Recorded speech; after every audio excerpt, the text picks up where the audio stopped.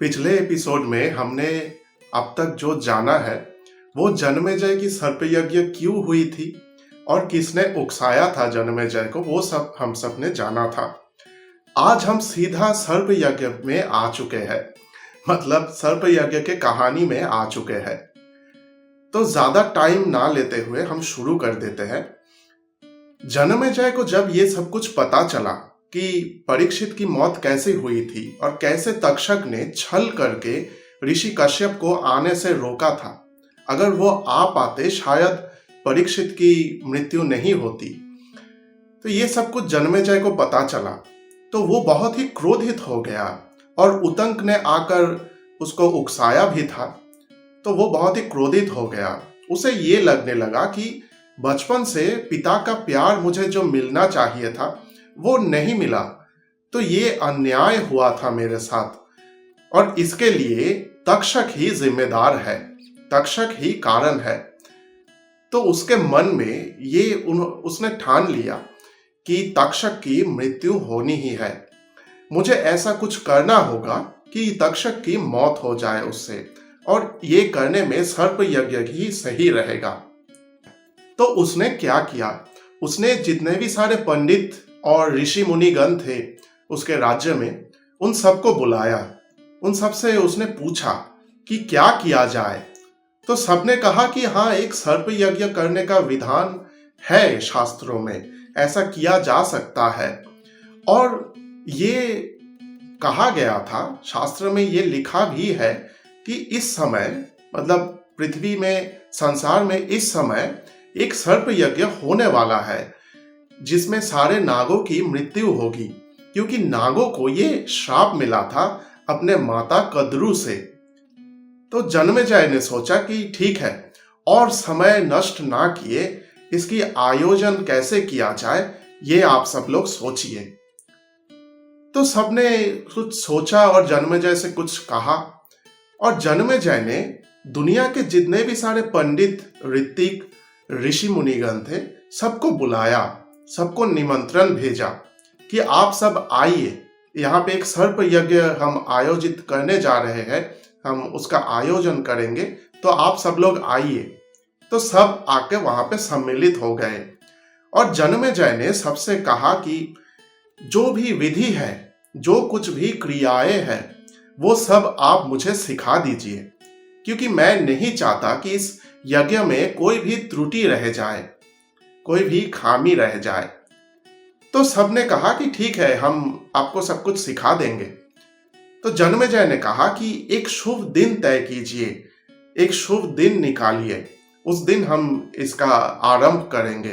तो वैसा ही हुआ, एक शुभ दिन निकाला गया और उस दिन सर्प यज्ञ की आरंभ हुई। बहुत सारे मुनि ऋषिगण थे, बहुत सारे पंडितगण थे। सबने राजा जन्मेजय से कहा था कि देखिए राजन, ये एक बहुत दिनों तक चलने वाला यज्ञ होने वाला है, एक दो दिन में ये काम नहीं होगा, बहुत दिनों तक चलेगा। और क्योंकि यहाँ पे बहुत सारे नागों की मृत्यु होगी, अग्नि में जलकर वो राख हो जाएंगे, तो हो सकता है वो वातावरण दूषित हो जाए, बदबू फैल जाए, बहुत सारे रोग फैल जाए। आपको ये सब कुछ पहले सोच लेना चाहिए कि ये सब कुछ जानकर भी आप आगे बढ़ेंगे या नहीं, क्योंकि कुछ भी हो जाए, अगर इस यज्ञ को आरंभ किया गया तो उसे रोका नहीं जाएगा, क्योंकि हम उसे रोक नहीं सकते। जन्मेजय ने कहा ठीक है, मैंने सब कुछ सोच लिया है, आप बस आरंभ कीजिए, मुझे सब कुछ मंजूर है।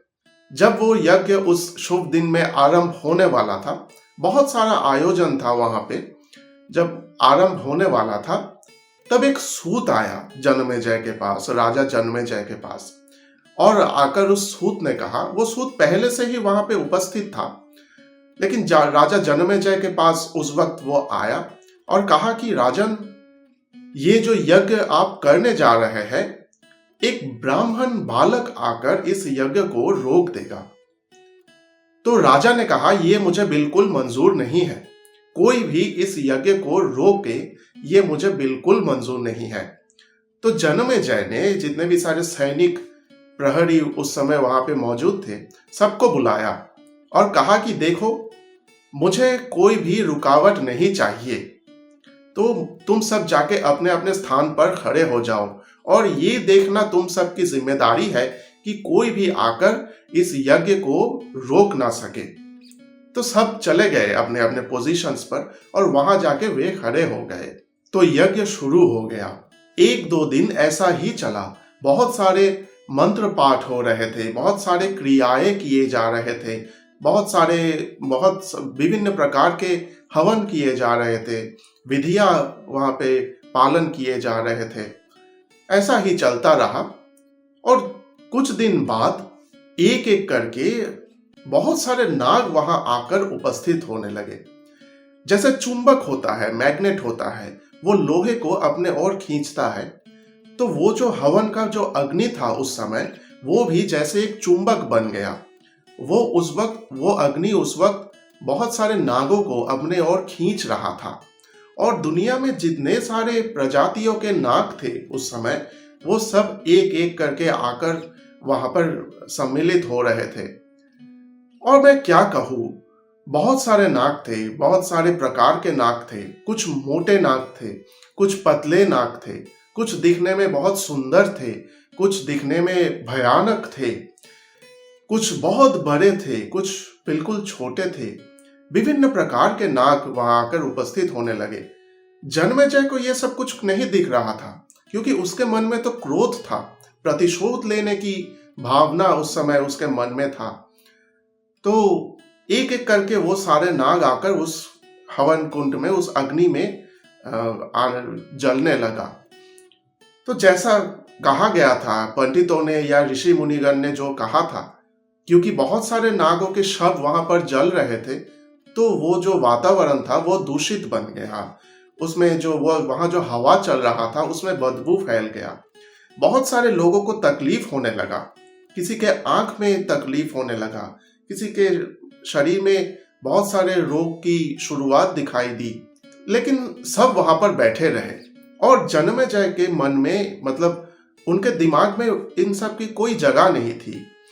वो बिल्कुल फोकस्ड थे यज्ञ के लिए। ऐसे कई दिनों तक चला। अब जाके तक्षक भयभीत हो गया, क्योंकि तक्षक को ये पता तो था कि ये जो सारा आयोजन किया गया है ये एक्चुअली उसे ही मारने के लिए है। तो वो बहुत ही भयभीत हो गया। तो वो सीधा स्वर्ग चला गया और देवराज इंद्र से मिला। देवराज इंद्र से उसने कहा कि भगवान, मैं भविष्य में चल के आपके काम आऊंगा, आपको मैं मदद करूंगा, क्योंकि भविष्य में बहुत सारे ऐसे मौकाएं मिलेंगे। इस वक्त आप मुझे बचा लीजिए, क्योंकि इस वक्त मैं मरना नहीं चाहता। देवराज इंद्र ने सोचा, चलो ठीक है, हाँ तक्षक भविष्य में काम तो आएगा ही, तो इस वक्त मैं उसे संरक्षण देता हूं। तो देवराज ने उस समय जो वस्त्र पहना था उसके आस्तीन में तक्षक को छुपा लिया। हाँ, तक्षक बहुत बड़ा नाग था, लेकिन एक पिछले एपिसोड में जो मैंने कहा था कि वो अपना रूप परिवर्तित कर सकता था जैसा वो चाहता था उसके अनुसार। तो उसने रूप परिवर्तन करके एक छोटा सा कीट बनकर देवराज इंद्र के आस्तीन में छुप गया और ऐसे उसे संरक्षण मिल गया।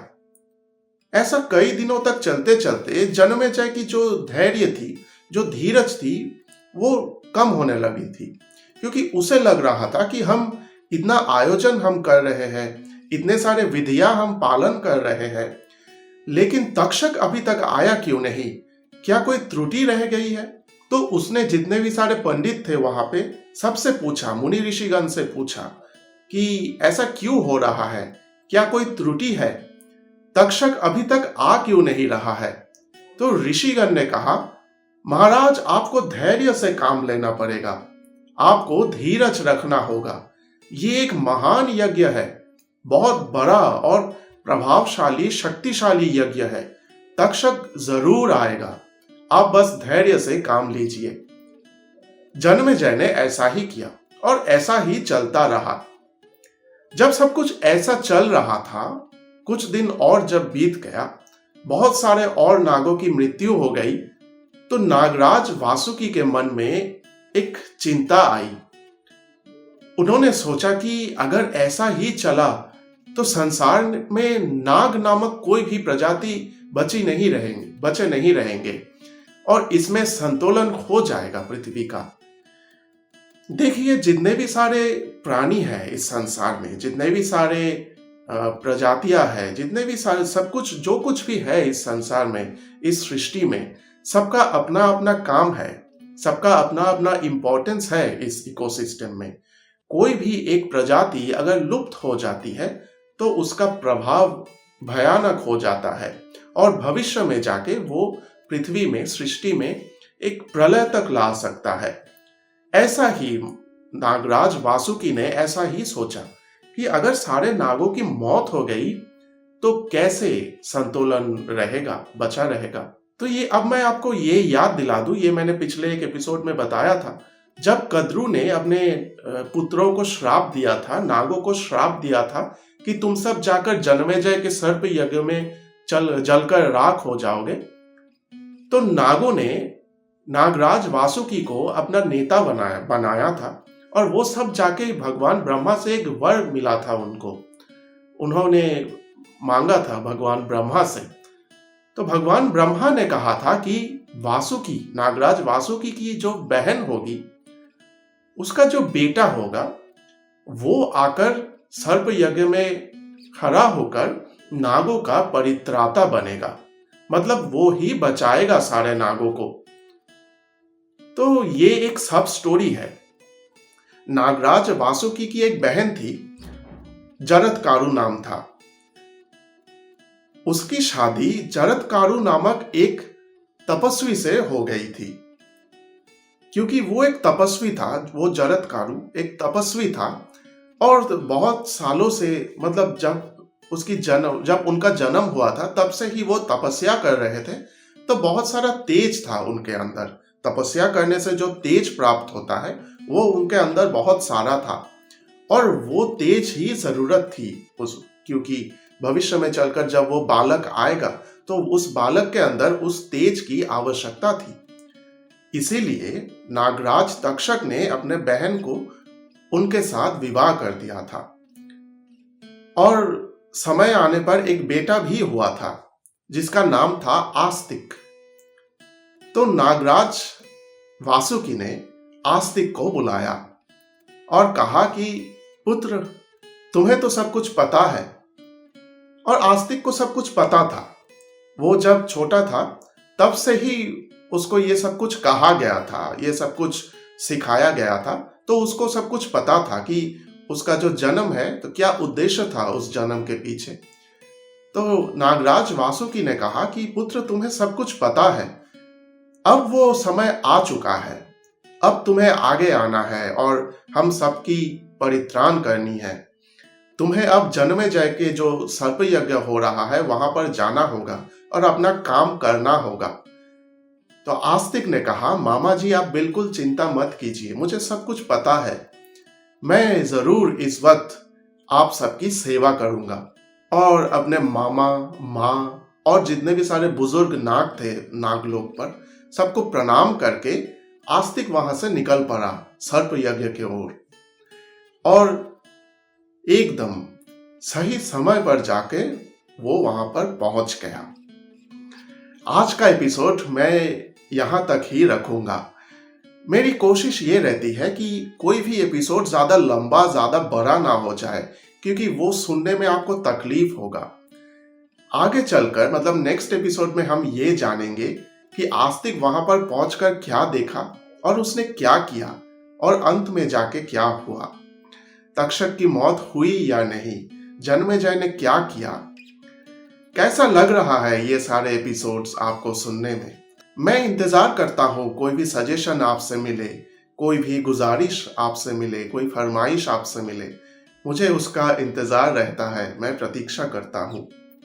तो कोई भी अगर बात हो आप मुझसे शेयर करना चाहते हैं तो कमेंट में आप बिल्कुल लिख सकते हैं।